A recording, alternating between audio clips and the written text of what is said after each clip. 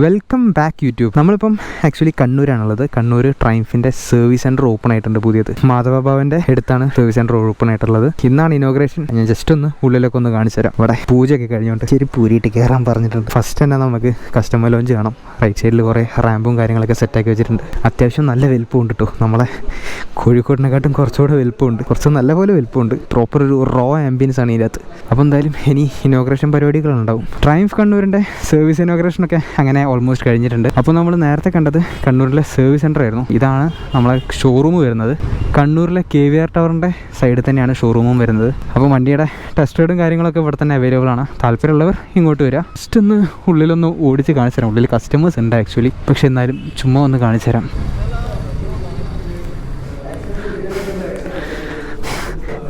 എടാ ഞാൻ പോവാം. അങ്ങനെ കണ്ണൂർ ഷോറൂമിൽ നിന്ന് ഇറങ്ങി നമ്മളിത് ഈ ഹൈവേൻ്റെ സൈഡിൽ ഇങ്ങനെ ആരോരുമില്ലാതെ നിൽക്കുകയാണ്. നമ്മളെ തലശ്ശേരി മാഹി ഹൈവേൻ്റെ ഒരു ബ്രിഡ്ജിൻ്റെ സൈഡിലായിട്ട് നമ്മളെ വണ്ടി കുട്ടപ്പനായിട്ട് സൈഡിൽ വെച്ചിട്ടുണ്ട്. ഇതാണ് നമ്മുടെ ഇന്നത്തെ ride, Kannur to Kozhikode speed twin 900. അതെ, ട്രയംഫിൻ്റെ സ്ട്രീറ്റ് ട്വിൻ 900 എന്ന പേരിൽ ഇറങ്ങിയൊരു വണ്ടിയാണ്. ഇപ്പോൾ കറൻ്റ്ലി ആധാറിൽ പേരൊക്കെ മാറ്റി സ്പീഡ് ട്വിൻ 900 ആക്കി. വണ്ടിയുടെ ഹൃദയത്തിലോട്ട് വരുമ്പം ഒരു 900cc പാരലൽ ട്വിൻ എഞ്ചിനാണ്. ഇതിൻ്റെ എക്സോസ് നോട്ടൊക്കെ ഒരു രക്ഷയില്ല കേട്ടോ. ഇയർ ഗ്യാസുമാണ്.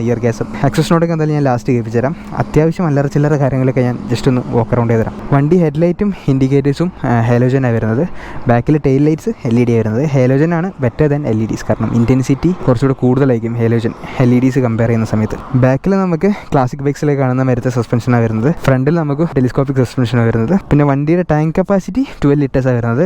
12 ലിറ്റേഴ്സിൽ നമുക്ക് ആക്ച്വലി ഒരു 300-280 കിലോമീറ്റേഴ്സിൻ്റെ അടുത്ത് ലൈക്ക് ഫുൾ ടാങ്കിൽ ഓടാൻ പറ്റും. പിന്നെ നേരെ സീറ്റ്സിലോട്ട് വരുന്ന സമയത്ത് നമ്മളൊരു 1.5 ലക്ഷം രൂപയൊക്കെ കൊടുത്ത് മേടിക്കുന്ന ഒരു സോഫേൻ്റെ അകത്തൊക്കെ ഇരുന്നാൽ എങ്ങനെ ഉണ്ടാവും അതുപോലെ ഇരിക്കും. കയറി ഇരുന്ന് കഴിഞ്ഞാൽ അതങ്ങ് നമ്മളെ സുഖിപ്പിക്കും താഴോട്ട്. പില്ലിനും അതുപോലെ തന്നെ അത്യാവശ്യം നല്ല കംഫർട്ടാണ്. ബ്രേക്സിൻ്റെ കാര്യം പറയുകയാണെങ്കിൽ ഫ്രണ്ടിൽ ബ്രെംബോവും ബാക്കിൽ നിസിൻ്റെ ബ്രേക്സും വരുന്നത്. ബ്രെംബോ ബ്രേക്സ് അറിയാലോ, പറയേണ്ട ആവശ്യമില്ലല്ലോ. അത്യാവശ്യം ലക്ഷറി കാർസിലും പോർഷേസിലും ഒക്കെ യൂസ് ചെയ്യുന്നൊരു ബ്രേക്സാണ്.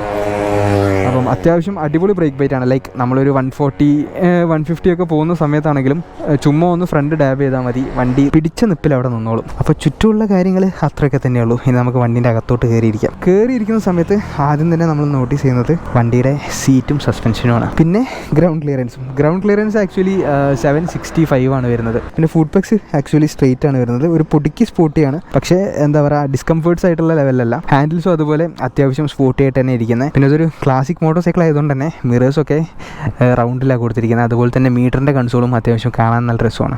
സ്വിച്ചസ് ഒന്ന് വോക്ക് അറൗണ്ട് ചെയ്ത് തരാം. ലെഫ്റ്റിൽ വരുന്നത് ഫ്രണ്ടിൽ നമ്മളെ ഹൈ ബീമിൻ്റെയും പാസിൻ്റെ ലൈറ്റാണ്. പിന്നെ ഒരു ഇൻഫോ ബട്ടൺ കൊടുത്തിട്ടുണ്ട്, ഒരു ഇൻഡിക്കേറ്റർ, ഹോണ്, മോഡ് ബട്ടൺ. അതെ, നമ്മളെ ഈ വണ്ടിയിൽ മോഡ് വരുന്നുണ്ട്. സ്പീഡ് ട്വിൻ 900 ആക്ച്വലി മോഡ്സ് വരുന്നുണ്ട്. 2 മോഡ്സ് വരുന്നുണ്ട്. പക്ഷേ സ്ട്രീറ്റ് ട്വിന്നിൽ മോഡ്സ് ഇല്ലായിരുന്നു. അതാണ് ആദ്യത്തെ വ്യത്യാസം അതിൻ്റെ അകത്ത്. പിന്നെ റൈറ്റിലോട്ട് വരുമ്പം ബേസിക്കാണ്. കിൽ സ്വിച്ചും ഇഗ്നിഷനും ഇൻറ്റഗ്രേറ്റഡ് ആണ്. താഴെ ഒരു ഹസാർഡ് ലൈറ്റും കൊടുത്തിട്ടുണ്ട്. അത്രേ ഉള്ളൂ. അപ്പം ഡയലിലോട്ട് വരുമ്പം ഒരു വലിയൊരു സ്പീഡോമീറ്റർ കാണിക്കും. പിന്നെ ഇതിൻ്റെ ഉള്ളിലായിട്ട് അല്ലറ ചില്ലറ warnings like ABS, traction control, low fuel warning, അങ്ങനെയുള്ള അല്ലറ ചില്ലറ സംഭവങ്ങൾ. ഓഡോ കാണിക്കുന്നുണ്ട്, ട്രിപ്പ് 1, ട്രിപ്പ് 2, അതുപോലെ മൈലേജ് കാണിക്കുന്നുണ്ട്. പിന്നെ ലൈക്ക് ടോട്ടൽ ടാങ്ക് റേഞ്ച് കാണിക്കുന്നുണ്ട്, ടൈം, RPM, ട്രാക്ഷൻ കൺട്രോൾ ഓണും ഓഫും ആക്കാൻ പറ്റും. ബട്ട് ABS സ്വിച്ചബിൾ അല്ല. പിന്നെ ലെഫ്റ്റ് സൈഡിലായിട്ട് ഫ്യൂവൽ കാണിക്കുന്നുണ്ട്. ക്ലച്ച് ലിവറും ബ്രേക്ക് ലിവറും അഡ്ജസ്റ്റബിൾ ആണ്. അതൊക്കെയാണ് ആ കാര്യങ്ങൾ. അല്ലറ ചില്ലറ കാര്യങ്ങളൊക്കെ ഞാൻ പറഞ്ഞു വിചാരിക്കുന്നു. ബാക്കി നമുക്ക് എന്തായാലും ഓടിച്ച് സംസാരിക്കാം.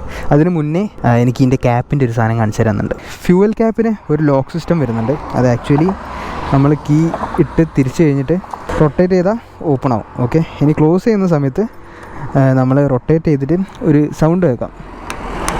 ആ സൗണ്ട് കേട്ടതിന് ശേഷം താക്കോലൊന്നും കൂടെ റൊട്ടേറ്റ് ചെയ്യാം. അപ്പം ആക്ച്വലി കംപ്ലീറ്റ്ലി ക്ലോസ് ആവും.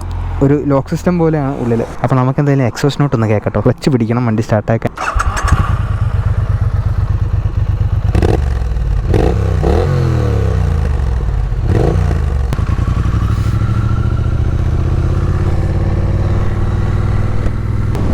ബ്രദർ നമ്മളെ തലശ്ശേരി മാഹി ഹൈവേ എൻജോയ് ചെയ്തുകൊണ്ടിരിക്കുകയായിരുന്നു. അതിൻ്റെ ഇടയിൽ കുറച്ച് വീഡിയോസ് എടുക്കാൻ ശ്രമിച്ച്, പക്ഷേ എനിക്ക് എന്താ പറയുക, വണ്ടി ഓടിച്ചുകൊണ്ടിരിക്കുന്ന സമയത്ത് എനിക്ക് ആ റെക്കോർഡ് ബട്ടൺ അമർത്താൻ തോന്നുന്നില്ല.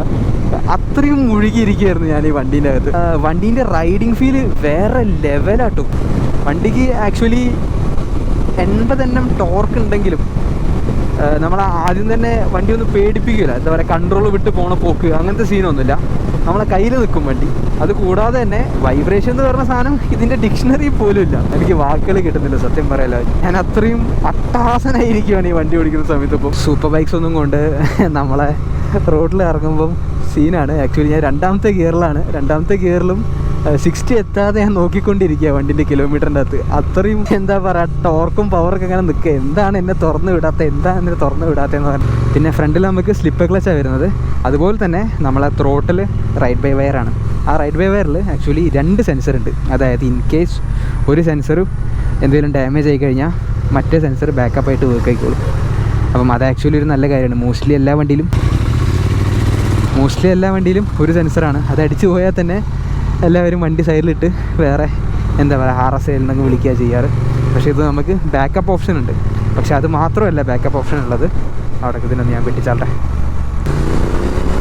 ഓക്കെ, ആ ബസ് പോയി. പിന്നെ രണ്ടാമത്തെ കാര്യം എന്താണെന്ന് വെച്ചാൽ വണ്ടി ഒരിക്കലും ബ്രേക്ക് ഡൗൺ ആവില്ല. അതെ, ഇൻ കേസ് എന്തെങ്കിലും ഇഷ്യൂ ഉണ്ടാവുകയാണെങ്കിൽ തന്നെ നമ്മളെ വണ്ടി ഒരു 40-45 കിലോമീറ്റർ സ്പീഡിൽ മിനിമം 200 കിലോമീറ്റേഴ്സ് വരെ ആ ഒരു സ്പീഡിൽ ഇങ്ങനെ പോയിക്കൊണ്ടിരിക്കും. അതായത് ബ്രേക്ക് ഡൗൺ എന്നുള്ളൊരു പ്രശ്നമില്ല. ഇൻ കേസ് എന്തെങ്കിലും പറ്റുകയാണെങ്കിൽ തന്നെ നമുക്ക് നിയർ ബൈ ഷോറൂമിലേക്ക് എത്താനുള്ളൊരു പോസിബിലിറ്റീസ് കൂടുതലാണ്. അപ്പം അങ്ങനത്തെ കുറച്ച് നല്ല നല്ല ഫീച്ചേഴ്സൊക്കെ വണ്ടിക്കുണ്ട്.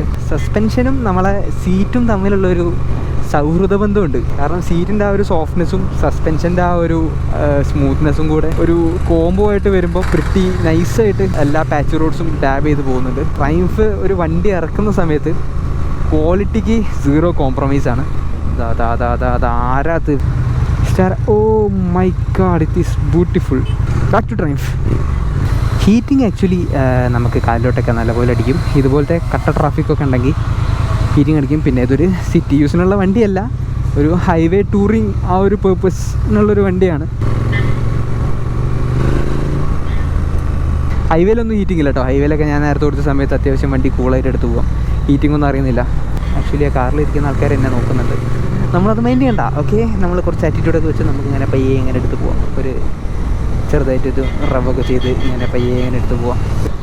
പിന്നെ ഈ വണ്ടി ഒരു ബോൺവിൽ സീരീസിൻ്റെ അടിയിൽ വരുന്നൊരു വണ്ടിയാണ്. T100 T120 ആ ഒരു കാറ്റഗറിയിലൊക്കെ വരുന്നതാണ്. ഒരു 900cc വെഹിക്കിളിലോട്ട് കയറുന്ന ഒരാൾക്ക് പറ്റിയൊരു വണ്ടിയാണ്. ലൈക്ക് ഒരു എൻട്രി ലെവലായിട്ട് നോക്കുന്ന ഒരാൾക്കൊക്കെ ആണെങ്കിൽ ഈ വണ്ടി ആക്ച്വലി നൈസാണ്. നമ്മൾ ആ ഒരു പവറും ടോർക്കൊക്കെ കൺട്രോളബിളാണ്. എന്നാലും നമുക്ക് കൊടുക്കേണ്ട സമയത്ത് വണ്ടി കൊടുത്ത് പോവുകയും ചെയ്യാം. വണ്ടി സ്പെയർ കയറ്റിക്കൊണ്ട് പോകണോ അതോ സ്പെയർ വണ്ടീനെ കയറ്റിക്കൊണ്ട് പോകണം? സർവീസ് പീരീഡ് വരുന്നത് നോർമലി ബിഗ് ബൈക്സിനൊക്കെ വരുന്ന പോലെ തന്നെ 16,000-10,000 ഇടയിലൊക്കെയാണ്. ഒരു 8K ആ റേഞ്ചിൻ്റെ ഇടയിലൊക്കെയാണ് വണ്ടിയുടെ സർവീസ് കോസ്റ്റും വരുന്നത്.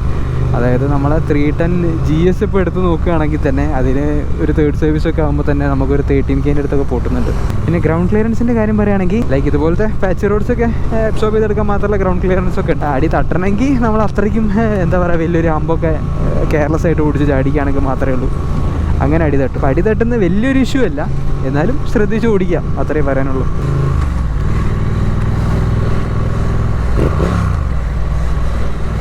ഇപ്പം നിങ്ങൾ കേട്ടുകൊണ്ടിരിക്കുന്ന ആ സൗണ്ട് ആക്ച്വലി സ്റ്റോക്ക് എക്സോസ്റ്റ് ആണ് കേട്ടോ. ട്രയംഫിൻ്റെ വെബ്സൈറ്റിൻ്റെ അകത്ത് ഓരോ വണ്ടിക്കും ഇന്നെ എക്സോസ്റ്റ് ആക്സസറി ആയിട്ട് കൊടുത്തിട്ടുണ്ടാവും. അപ്പം ആ ആക്സസറീസ് ഇടുകയാണെങ്കിൽ ആക്ച്വലി ലീഗലാണ്. അതല്ലാതെ അതിന് പുറമേ ഉള്ള സാധനമാണ് എടുത്തിടുന്നതെങ്കിൽ അത് ഇല്ലീഗലായിട്ടാണ് കൂട്ടുക. സോ വാൻസാണ് ഇതിന് വരുന്നത്. ഇപ്പം തന്നെ സ്റ്റോക്ക് എക്സോസ്റ്റ് തന്നെ അത്യാവശ്യം ലൗഡും ഗ്രണ്ടും ഒക്കെ തരുന്നുണ്ട്. എനിക്ക് തോന്നുന്നില്ല വേറെ എക്സോസിൻ്റെ ആവശ്യമുണ്ടെന്ന്. പിന്നെ ആക്സസറി ആയിട്ട് നമുക്ക് ആക്ച്വലി സീറ്റ്സ് വരുന്നുണ്ട്. പിന്നെ ഫ്രണ്ടിൽ indicators like LED indicators accessory ആയിട്ട് വരുന്നുണ്ട്. അങ്ങനത്തെ കുറച്ച് കാര്യങ്ങളൊക്കെ വരുന്നുണ്ട്. ഈ വണ്ടി കോഴിക്കോട് ട്രയംഫിലാണ് ഉണ്ടാവുക. അപ്പം ഈ വണ്ടി ടെസ്റ്റ് റൈഡ് എടുക്കണം, ലൈക്ക് വണ്ടി വാങ്ങാൻ താല്പര്യമുള്ള ഒരാളാണ് നിങ്ങളെങ്കിൽ ഞാൻ ഡിസ്ക്രിപ്ഷനിൽ നമ്പർ കൊടുക്കാം. ആ നമ്പറിൽ കോൺടാക്ട് ചെയ്താൽ മതി. എൻക്വയറീസ് ഡീറ്റെയിൽസ് എല്ലാം ബാക്കി അവർ തന്നോളും. അപ്പോൾ ഓൾമോസ്റ്റ് ഞാൻ എനിക്കറിയാവുന്ന കാര്യങ്ങളൊക്കെ ഞാൻ പറഞ്ഞു തീർത്തിട്ടുണ്ട്. ഒട്ടുമിക്ക കാര്യങ്ങളൊക്കെ തീർന്നു വിചാരിക്കുന്നു. ഇനി എന്തെങ്കിലും വിട്ടു പോയിട്ടുണ്ടെങ്കിൽ നിങ്ങൾ കമൻറ്റ് ബോക്സിൽ മെൻഷൻ ചെയ്യുക. So anyway, like the video, share the video, subscribe. By.